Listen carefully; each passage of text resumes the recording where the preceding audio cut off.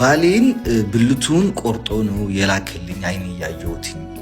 ከዛ በኋላ ደግሞ የባሌን እህት አይናችን እያየን በቪዲዮ ደውሎ አንገቷን አረዳት እያለች አይ ቲንክ የዚህች ልጅ ባልና ተክላይ አንድ ላይ ሰሩ ነበር ገባችኋ? ከዛ በሆነ ምክንያት ተጣልተው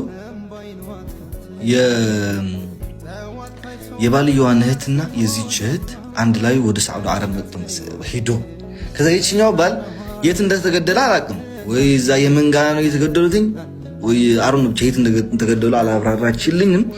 ወስዶ የባሌን ብልቱን ቆርጦ ነው የላከልኝ አይን ያየሁት።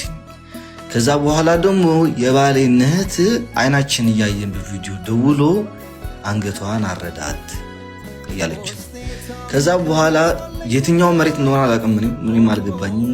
የገጠር መሬት ነው የከተማ መሬት የሚታረስበት መሬት አለ በእነሱ ስም ያዘሮች መሬት አለ መሰለኝ ካልተሳሳትኩኝ። እሷ ያለቻለች መሬቱን መልስልንና ወንድሟ መሰለኝ ወደ ቤታቸው ሄደ። መሬቱን መልሱልና እኔ ከነ ልጆቼ ራብ ይሞትኩኝ ነው አርሺ ልብላበት ብላ ላከችው። ከዛ የወንድሟን ባጃጅ አቃጥለው እግሩን እንደዚህ ያደረጉት። አሁን እግሩ የለችም ተቆርጣለች እያለች ትመስላለች።